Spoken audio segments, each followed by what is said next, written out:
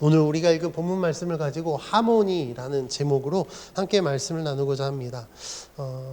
지지난주 말씀에 이어서 사실 오늘 말씀은 이제 본격적으로 그 다섯 왕을 죽이고 난 이후에 가나안 남부 지역을 점령하는 이야기가 굉장히 이제 빠르게 전개가 됩니다. 그래서 이스라엘 백성들은 가나안 다섯 왕을 죽이고 나서 그곳에서 막게다를 취하고, 그리고 림나, 라기스, 에글론, 헤브론, 드빌 이 순서대로 쭉쭉쭉쭉 진군하면서 가나안 보면 가나안의 이 남부 지역을 다 점령합니다.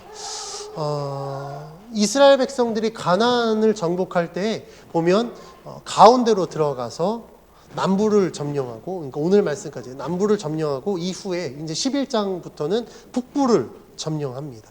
그래서 가나안 전체를 다 점령하고 난 이후에 이제 토지를 이제 분배하는 이야기가 여호수아 전체에 나오는데, 이스라엘이 이전에 치렀던 전쟁과 같이 오늘 우리가 읽은 본문 말씀에서도 이 전쟁이 있어서 아주 독특한 패턴이 반복됩니다. 이 패턴은 사실 이스라엘 백성이 전쟁에서 승리하는 승리의 공식과도 같습니다. 오늘 본문을 통해서 이 패턴들이 어떻게 반복되는지 함께 살펴보고자 하는데, 이스라엘 백성들이 이 전쟁에 있어서 승리하는데 아주 중요한 두 가지 아주 중요한 공식이 있습니다. 먼저 첫 번째 공식은요, 이스라엘 백성이 하나님께 순종했을 때 그들은 전쟁에서 승리했다라는 겁니다. 하나님께서는 이스라엘 백성에게 가나안 정복을 약속하십니다. 가나안 땅을 너희에게 주겠다라고 약속하시면서 그들에게 무엇을 요구했냐면 바로 순종을 요구했습니다. 그래서 여호수아 1장 말씀에서부터 보면 하나님께서 여호수아를 통해서 하신 말씀이 있습니다. 그것이 무엇이냐면 하나님께 순종하여 주님의 말씀대로 하면 어디로 가든지 형통하게 될 것이다. 그래서 이스라엘 백성들은 하나님의 말씀에 순종함으로 말미암아 요단강을 건너고 여리고를 점령하고 아이성을 점령하고, 그리고 지난주에 이제 동맹군을 쳐서 그 다섯 왕을 물리치고 막게다, 그리고 오늘 이제 말씀에 나오는 림나, 라기스, 에글론, 헤브론, 드빌 이 모든 땅을 다 성읍들을 정복합니다. 이렇게 할 수 있었던 것은 누가 뭐라 그래도 이스라엘 백성이 하나님께 순종했기 때문에 그래요. 그들이 불순종했을 때 어땠습니까? 아이성 사건을 통해서 알 수 있듯이 아무리 쉬운 전쟁도요, 그들이 하나님께 불순종하면 그들은 전쟁에서 이길 수 없었습니다.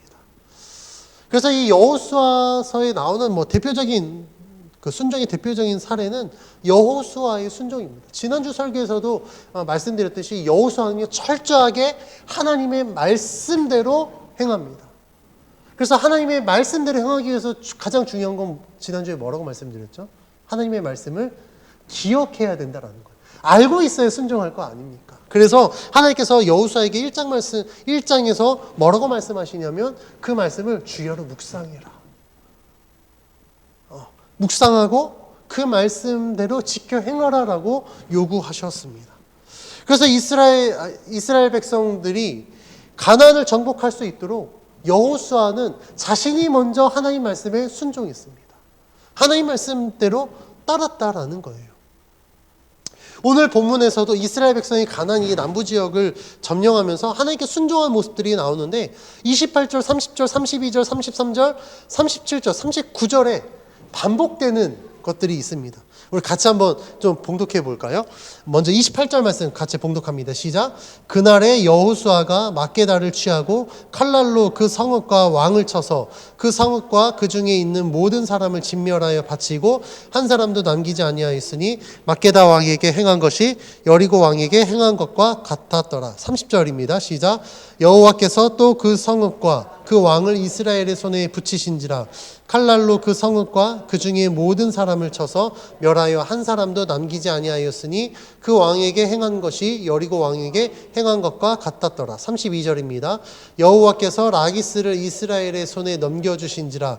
이튿날에 그 성읍을 점령하고 칼날로 그것과 그 안에 모든 사람을 쳐서 멸하였으니 림나에 행한 것과 같았더라. 33절입니다. 그때 게셀 왕 호람이 라기스를 도우려고 올라오므로 여호수아가 그와 그의 백성을 쳐서 쳐서 한 사람도 남기지 아니하였더라. 37절입니다.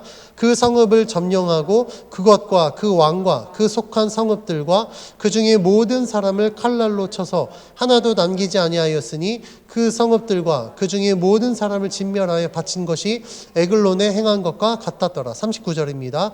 그 성읍과 그 왕과 그 속한 성읍들을 점령하고 칼날로 그 성읍을 쳐서 그 안에 모든 사람을 진멸하여 바치고 하나도 남기지 아니하였으니 드빌과 그 왕에게 행한 것이 헤브론에게 행한 것과 같았으며 림나와 그 왕에게 행한 것과 같았더라. 아멘. 많은 구절 읽었는데 혹시 이 구절들 읽으면서 반복되는 표현들 혹시 찾으셨어요? 계속해서 모든 구절에 반복되는 표현이 있습니다. 그것은 무엇이냐면 이스라엘 백성은 모든 성읍을 점령한 후에 그 성읍에 속한 모든 사람을 진멸하고 하나도 남기지 않았다라고 이야기하고 있습니다. 모든 구절에 그 성읍을 점령하고 칼날로 그것과 그 안에 모든 사람을 쳐서 진멸하였다. 그래서 막게다를 취하고 에글론을 림나를 취하였을 때 그것은 여리고에서 행한 것과 같았더라. 에글론을 취할 때는 림나에서 행한 것과 같았더라. 계속해서 이러한 말씀들이 반복됩니다. 그럼 이스라엘 백성들이 이렇게 한 이유는 무엇일까요? 왜냐하면 그게 하나님의 명령이었기 때문에 그렇습니다. 하나님의 율법에 이렇게 명령하였다라고 말씀드렸죠. 그래서 이스라엘 백성들은 전쟁을 치룰 때 하나님께서 허락하지 않은 것들은 모두 다 진멸했었어야 됩니다. 이스라엘 백성들이 이 전쟁을 치르고 그 성읍을 점령하고 모든 사람을 진멸하고 모든 물건을 다 없앴던 이유는 하나님의 명령이기도 하였지만 그들은 이미도 이전에 학습 효과가 있었기 때문에 그래요. 어떤 학습 효과였죠? 여리고를 취하고 나서 아간이 하나님께 바쳐야 될 물건을 취했을 때 아이성 전투에 패배한 것이 그들에게는 불순종에 대한 그리고 그 죄에 대한 학습 효과가 있게 되었던 것입니다. 그래서 이스라엘 백성들은요, 같은 실수를 두 번 반복하지 않기 위해서 철저하게 하나님이 말씀하신 대로 성읍을 점령하면 돌아보지도 않고 모든 것을 다 진멸하고 없애버립니다. 그러면 하나님께서 왜 이렇게 명하셨다고 말씀드렸죠? 제가 오늘 질문을 좀 많이 할 겁니다. 왜냐하면 우리가 여호수아를 계속 이렇게 살펴보면서 사실 이제 남부 지역을 다 점령하고 나서 이제 북부 지역을 점령할 텐데 계속해서 반복되는 것들이 있기 때문에 그래요. 왜 그러냐면 그 성읍을 점령하고 나서 어떤 사람을 예를 들면 노예로 삼는다던가 아니면 그 물건을 취했을 때 그 성읍에 남아있던 이교도적인 문화가 이스라엘 백성 안으로 침투할 위험성이 있기 때문에 그렇습니다.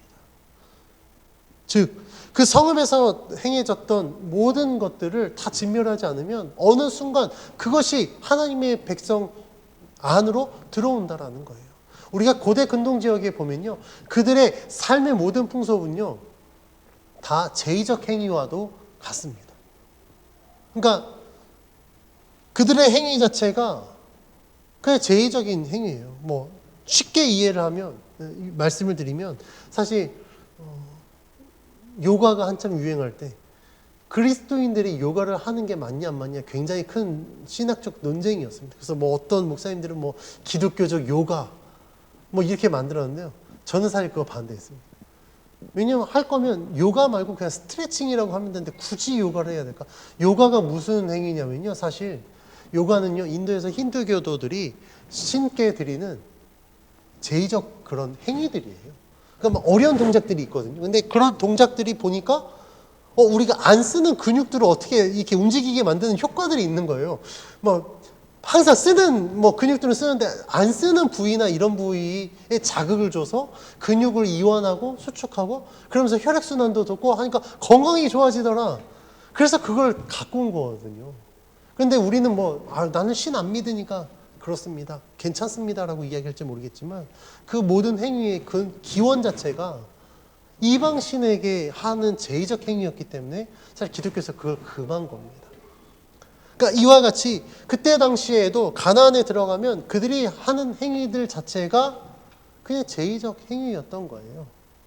그런데 그걸 그냥 단순히 그들의 문화, 그들의 풍습이라고 여기고 그걸 인정해 줬을 때 그들이 마음대로 뭐 하겠죠.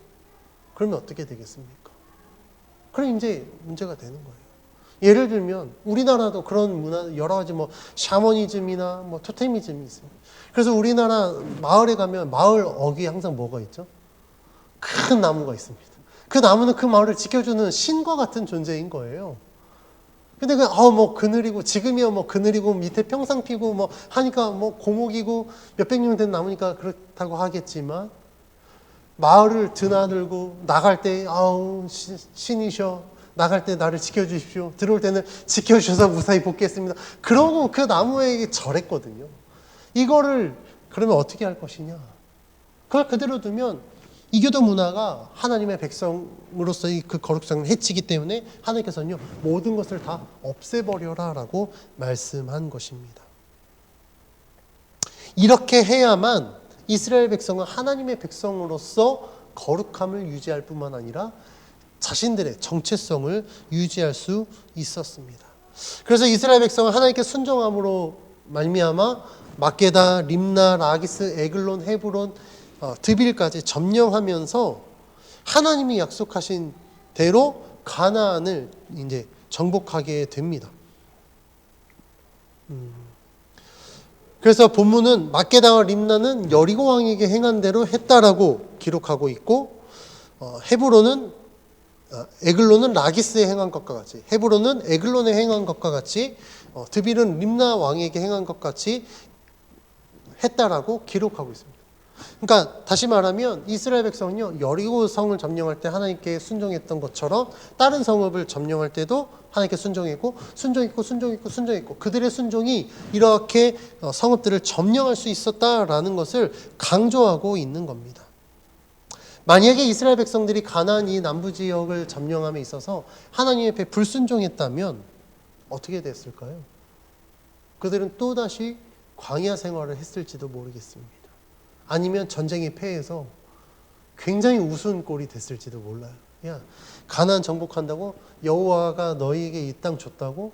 근데 그들이 불순종으로 지면 얼마나 우스운 꼴이 되겠습니까? 가나안 족속이 여호와를 얼마나 우습게 여기겠냐는 거예요. 야, 니네가 믿는 여호와, 야, 때려쳐. 차라리 우리 신을 섬겨. 이렇게 됐을 겁니다. 그런데 이스라엘 백성들은요, 철저히 하나님 말씀에 순종함으로 말미암아 하나님이 약속하신 대로 가나안을 정복하게 됩니다. 이스라엘 백성이 하나님 말씀에 순종했다는 사실은 40절에서 이제 이 모든 그 총체적인 평가를 통해 말씀하는데 40절 말씀 함께 같이 봉독해 보겠습니다. 시작. 이와 같이 여호수아가 그 온 땅 곧 산지와 네겝과 평지와 경사지와 그 모든 왕을 쳐서 하나도 남기지 아니하고 호흡이 있는 모든 자는 다 진멸하였으니 이스라엘의 하나님 여호와께서 명령하신 것과 같았더라. 아멘. 40절 말씀은 이 이스라엘 백성들의 순종에 대하여서 이스라엘의 하나님 여호와께서 명령하신 것과 같았다라고 이야기해요. 그러니까 그들의 그 행위가 이스라엘 백성들의 행위가 여호와께서 명령하신 것과 같았다. 그 말은 여호와께서 명령하신 대로 그들은 순종했다라고 평가하는 겁니다. 이게 얼마나 중요한 말씀이냐면 우리들의 삶을 만약에 누군가 평가합니다. 우리들의 신앙을 평가했을 때 그 삶이 하나님이 말씀하신 것과 같았다. 얼마나 감사합니까? 만약에 우리가 생을 마감하고 뭐 비석에 뭐 이제 글 남기잖아요. 어떤 삶을 살았는지. 하나님이 말씀하신 것과 같이 살았던 누구. 만약에 제 비석에 그렇게 새겨졌다고 한다면 저는 그것만큼 큰 영광은 없을 것 같습니다. 왜냐하면 내 삶을 봤을 때 누군가가 저 사람은 정말 하나님 말씀하신 대로 살았구나. 저 사람의 삶의 모습이 곧 하나님이 말씀하신 것과 같았다라고 평가한다면 얼마나 영광이 되겠냐는 거예요. 즉 이 40절 말씀을 통해서 이스라엘 백성들이 이제 가나안을 정복해가는 모든 과정이 여호와의 명령과 같았다라는 것은 이후에 이 말씀을 볼 때마다 이스라엘 백성들의 후손이 우리들의 조상이 여호와께서 명령하신 대로 행하여 하나님이 약속하신 대로 가나안을 정복했구나. 하나님의 백성은 하나님이 명령하신 것과 같이 행해야 되는구나 라는 것을 깨닫고 또한 그렇게 하나님 말씀에 순종하게 되는 겁니다. 그래서 이스라엘 백성들의 순종이 있었기 때문에 그들은 하나님이 말씀하신 대로 가나안을 정복하게 됩니다. 가나안을 정복하는 승리의 공식 두 번째는요, 하나님의 인도하심입니다. 이스라엘 백성이 가나안 정복할 수 있었던 아주 중요한 공식인데요. 하나님이요, 이스라엘 백성과 함께 하셨다라는 사실이 말씀에 계속해서 반복해서 등장하는데, 우리 30절과 32절을 다시 한번 봉독해 보겠습니다. 먼저 30절입니다. 시작. 여호와께서 또 그 성읍과 그 왕을 이스라엘의 손에 붙이신지라. 칼날로 그 성읍과 그 중에 모든 사람을 쳐서 멸하여 한 사람도 남기지 아니하였으니 그 왕에게 행한 것이 여리고 왕에게 행한 것과 같았더라. 32절입니다. 여호와께서 라기스를 이스라엘의 손에 넘겨주신지라. 이튿날에 그 성읍을 점령하고 칼날로 그것과 그 안에 모든 사람을 쳐서 멸하였으니 림나에 행한 것과 같았더라. 아멘. 이 두 절에도 하나님에 대해서 반복되는 표현이 있습니다. 그것은 무엇이냐면 하나님께서 그 성읍을 또한 라기스를 이스라엘의 손에 넘겨주셨다라는 거예요. 하나님께서는 이스라엘 백성들이 그 가나안을 정복할 때 그의 대적들을 그들의 손에 넘겨주십니다. 그리고 그들이 그 대적들과 전쟁하여서 승리할 수 있도록 하나님이 인도해 주십니다. 하나님께서는 단순히 이스라엘에게 그냥 대적들을 그들의 손에 넘겨주시고 그냥 전쟁을 관전하고 있지 않습니다. 그러니까 넘겨주신 것뿐만 아니라 하나님께서는 그들이 승리할 수 있도록 직접 싸우셨다라는 것을 본문이 이야기하고 있는데 42절 말씀 같이 한번 봉독해 보겠습니다. 시작. 이스라엘의 하나님 여호와께서 이스라엘을 위하여 싸우셨으므로 여호수아가 이 모든 왕들과 그들의 땅을 단번에 빼앗으니라. 아멘. 42절 말씀에 보면 여호와께서 이스라엘을 위하여 싸우셨다라고 표현하고 있습니다. 그것은 하나님께서 그냥 이스라엘 백성들에게 대적들을 손에 넘겨주시고 야 니네가 싸워라. 내가 이기게 해줄 테니까 잘 싸워봐 하고 관전하신 것이 아니라 뭐라고요? 여호와께서 이스라엘을 위하여서 싸우셨다. 그래서 우리가 여호수아서를 읽다 보면 이스라엘의 보여지는 대장은 여호수아일지 모르겠지만 궁극적으로 이 모든 전쟁을 가나안 정복을 승리로 이끈 실질적인 대장은 여호와 하나님이다라는 사실을 우리는 알 수 있습니다. 42절 말씀이 그 사실을 우리들에게 증명해 주고 있는 거예요. 여호와께서 이스라엘을 위하여 싸우셨다. 그러면 여호와께서 이스라엘을 위해서 싸우셨다라는 또 다른 증거가 무엇이 있을까? 아마 대표적인 예가 여리고성일 겁니다. 이스라엘이 여리고성을 점령하기 위해서 직접적으로 행동한 것은요, 하나님 말씀하신 대로 성을 돈 것밖에 없습니다. 그렇죠? 하루에 한 바퀴씩. 그리고 일곱째 날에 7바퀴를 돌고 와 소리를 지릅니다. 그때 어떻게 됩니까? 그 견고한 성이요 무너집니다. 이스라엘 백성들이 망치와 정으로 두드렸나요? 아니면 어떤 도구로 성벽을 무너뜨렸나요? 아니요. 그들은 그냥 하나님이 말씀하신 대로 성을 돌았을 뿐입니다. 그런데 그 성이 무너졌다는 것은 무엇을 의미합니까? 하나님께서 직접 개입하셨다는 거예요. 하나님께서 이스라엘을 위하여 싸우셨다라는 것을 이야기하고 있습니다. 뿐만 아니라 기브온의 전투에서도 어떻습니까? 이 5왕들을 여호수아가 이제 치죠. 그리고 사람들이 놀래서 도망갈 때 하나님이 어떻게 하시죠? 우박을 내립니다. 그래서 이 기브온 전투에 대하여서 10장에서 뭐라고 평가합니까? 9장에서 그 이스라엘의 손에 죽은 사람의 숫자보다 우박에 맞아 죽은 숫자가 훨씬 더 많았다라고 이야기합니다. 이것은 하나님께서 이 가나안 정복의 전쟁에 직접 개입하셔서 하나님이 이스라엘을 위하여 싸우셔서 그들을 승리로 이끄셨다라는 것을 이야기하고 있습니다. 이와 같이 하나님은 우리가 하나님의 말씀에 순종했을 때 하나님은요 직접 일하시고 때로는 우리를 위해서 싸우십니다. 하나님은 즉 우리들에게 명령하고 명령한 대로 어디 순종하는지 지켜보는 관전자가 아니라 하나님은 우리들에게 직접 일하시고 싸우시는 분이다 라는 사실을 우리는 기억해야 됩니다. 그래서 하나님은요 하나님이 약속하신 것을 이루실 때 우리들에게 순종을 요구하시고 하나님은 본인이 직접 하시겠다라고 약속하십니다.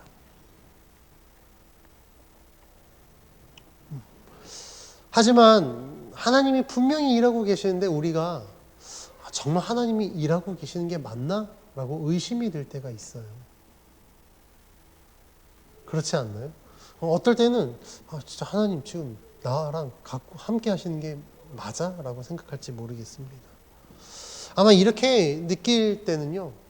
아마 뭔가 일이 잘 안 풀릴 때 내가 그냥 기도도 안 하고 내 마음대로 살다가 일이 안 풀리면 하나님이 나를 혼내고 계시는구나. 하나님께 매를 맞고 있구나 생각할 수 있어요. 그런데 정말 열심히 기도하고 있고 하나님이 하는 대로 다 하고 있고 근데 뭔가 일이 잘 안 풀린다. 오히려 믿음을 지켰더니 어떤 핍박과 시험이 더 강하게 온다. 그러면 우리들은요 진짜 하나님이 일하고 계시는가? 혹시 하나님이 그냥 쉬고 계신 거 아닌가? 나를 잊고 계신 거 아닌가? 우리는 의심하기도 합니다. 하지만 오늘 본문은요 이러한 의심을 완전히 바꿔버립니다. 하나님은요 하나님께 순종하는 자들을 위하여서 반드시 일하고 계신다는 거예요. 하나님은 하나님께 순종하는 자들을 위해서 반드시 싸우고 계신다라는 겁니다. 우리들의 시간과 하나님의 시간이 좀 다를 수 있어요. 그래서 때로는 하나님이 어떤 뜻을 이룰 때 굉장히 더디게 느껴질지도 모르겠습니다. 더딜 수 있으나 하나님이 일하지 않는다라는 의심은 우리가 버려야 됩니다. 왜냐하면 하나님의 뜻을 이루는 것은 오직 하나님께 있습니다. 그러니까 모든 주권은 하나님께 있는 거거든요. 내 타이밍에 그러니까 내 시계에 맞춰서 이루어지는 게 아니라 하나님의 뜻은요 하나님의 타이밍에 하나님이 원하시는 뜻대로 이루시기 때문에 그렇습니다. 그러면 우리는 어떻게 해야 됩니까? 하나님이 말씀하신 것처럼 나는 하나님이 이루실 때까지 순종하면 되는 거예요. 그러면 하나님은 신실하시기 때문에 반드시 약속하신 대로 우리를 위해서 일하고 계신다라는 사실을 우리는 믿고 신뢰해야 됩니다. 오늘 본문의 내용을 통해 우리는 하나님이 이루시는 일들에 있어서 중요한 공식 두 가지를 함께 살펴봤습니다. 우리들이 하나님께 순종했을 때 하나님은 그 약속을 이루기 위해서 하나님이 일하신다라는 사실입니다. 이러한 공식을 신학적인 용어로 설명하자면 신인협동설이라는 게 있어요. 사실 이거는 구원론에 있어서 예정론이 맞냐, 예지예정론이 맞냐, 그런 구원론 논쟁에 있어서 이야기하는 신인협동설인데요. 이 신인협동설은 구원론에 대한 이 웨슬리 알미니안주의, 우리 성결교단이 따르고 있는 이 구원론에서 이야기하고 있는 겁니다. 그러니까 구원은 하나님께서 예정하셨지만 하나님께서 그 사람에게 복음을 전하도록 전도자를 붙여주시든지 보내겠죠. 그러면 이 사람이 그 구원을 듣고 내가 믿어야만 구원받을 수 있다는 거예요. 내가 믿지도 않는데 하나님이 그냥 마치 그 인형 뽑기처럼 크레인에 이렇게 우리를 집어서 잉 하고 천국으로 옮기는 게 아니라 하나님이 기회를 주셨을 때 그 기회를 내가 잡으면 하나님이 구원해 준다라는 겁니다. 근데 이 신인협동은요 단순히 구원론에서만 이야기할 것이 아니라 우리가 하나님께서 행하시는 모든 것에도 적용할 수 있습니다. 오늘 본문 말씀에서와 같이 하나님의 뜻을 이룸에 있어서 하나님은 그 하나님이 일방적으로 무엇을 이루고 행하시는 것이 아니라 우리들에게도 어떠한 임무를 주신다라는 거예요. 그것은 무엇입니까? 말씀에 나온 것처럼 하나님 말씀에 대한 순종을 요구하십니다. 그래서 하나님께서는요, 여호수아에게 말씀하신 것 같이 우리들이 동일하게 주의 말씀을 주야로 묵상하여 지키고 어디로 갔든지 좌로나 우로나 치우치지 말고 하나님의 말씀대로 행할 것을 요구하십니다. 그러니까 하나님의 뜻을 이루기 위해서 우리들에게 주어진 역할은요, 그거예요. 하나님 말씀대로 행하면 됩니다. 순종하면 됩니다. 그러면 하나님은 어떻게 하십니까? 하나님은요, 그 순종하는 그 사람에게 하나님이 약속하신 것을 이루기 위해서 이제 하나님이 해야 될 것들을 하십니다. 그런데 우리가 이런 생각을 한번 해볼 수 있어요. 하나님 모든 것 다 아시잖아요. 모든 것 다 하실 수 있잖아요. 그럼 하나님이 다 하시면 되지 왜 힘들게 우리한테 그렇게 요구하실까? 사실 순종하라고 해서 우리가 다 순종하지 않잖아요. 굉장히 말도 안 듣고 자기 마음대로 할 때가 얼마나 많이 있습니까? 그럼 하나님의 뜻이 이루어지기는커녕 오히려 하나님은 그 죄를 또 수습하고 심판하고 또 다시 연단하고 하려고 하면 얼마나 시간이 오래 걸립니까? 이스라엘 백성만 보더라도 출애굽해서 그냥 바로 가나안으로 인도하면 될 텐데 굳이 거기에서 정탐을 보내고 그랬다가 불신해가지고 40년이라는 시간을 허비하고 이게 얼마나 시간적으로 손해겠습니까? 그러니까 하나님이 다 하시면 될 텐데 참 편할 텐데 왜 그럴까? 그 이유는요, 우리가 하나님의 창조의 섭리를 좀 보면 알 수 있습니다. 하나님은 인간을 창조하실 때요, 다른 생물들과 달리 하나님의 형상으로 우리를 창조하셨습니다. 하나님께서 우리들에게 주신 하나님의 형상은요, 우리가 기계적으로 그냥 움직이는 존재가 아니라 하나님과 같이 옳고 그름을 판단할 수 있고 사랑할 수 있고 정의를 따라 살아갈 수 있는 것입니다. 즉 하나님께서는요, 우리들에게 하나님의 형상과 어떤 자유의지를 주셔서 우리가 많은 것들을 누릴 수 있고 많은 것들을 할 수 있지만 그 중에서도 하나님을 최고로 여기고 하나님을 선택하여 하나님의 뜻대로 살기를 원하셨던 거예요. 기계적으로 그냥 명령어 딱딱딱 입력하면 네 주인이 알겠습니다 로봇처럼 띠리리리 하면 무슨 의미가 있겠습니까? 근데 하나님은요, 명령어로 입력해서 그대로 움직이는 것이 아니라 자기가 선택할 수 있는 모든 것들 중에 하나님을 최고로 선택할 수 있도록 우리들을 창조하셨다는 거예요. 그래서 하나님은요, 여러 가지를 쭉 열어두시고 우리들에게 요구하십니다. 너가 이 모든 것들 중에 내 말을 듣고 내 말대로 순종하고 행하면 내가 너와 함께 하겠다. 어디로 가든지 너를 형통하게 하겠다. 이렇게 약속하신 것입니다. 사실 하나님이 인간에게 원하시는 것은요, 다른 어떤 것들보다 하나님만을 사랑하기를 원하십니다. 그리고 그 사랑함으로 말미암아 하나님 말씀에 순종하기를 원하십니다. 하나님은 인간이 자신의 것을 포기하고 하나님을 선택했을 때 하나님이 약속하신 모든 것을 인간에게 주십니다. 심지어는 하나님이 어떻습니까? 자기 자신도 내어주지 않으셨습니까? 우리를 구원하기 위해서 하나님은요, 자기 자신까지 내어줄 만큼 우리가 순종만 한다면, 하나님을 사랑한다면 하나님은 우리들에게 약속하신 모든 것들을 부어주십니다. 그래서 이러한 하나님의 뜻을 이루기 위해서 우리들은요, 우리들이 해야 될 역할들을 분명히 해야 됩니다. 만약에 하나님의 뜻을 이루기 위해서 하나님의 역할만 강조하면 어떻게 될까요? 마치 우리가 감나무에서 감 떨어질 때까지 그냥 입 벌리고 이러고 있는 것과 같아요.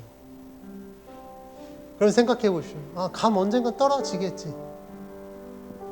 감나무 밑에서 입 벌리고 감 떨어질 때까지 기다리는 사람 보면 우리 성도님들 어떤 생각 드십니까? 저는 굉장히 미련해 보여요.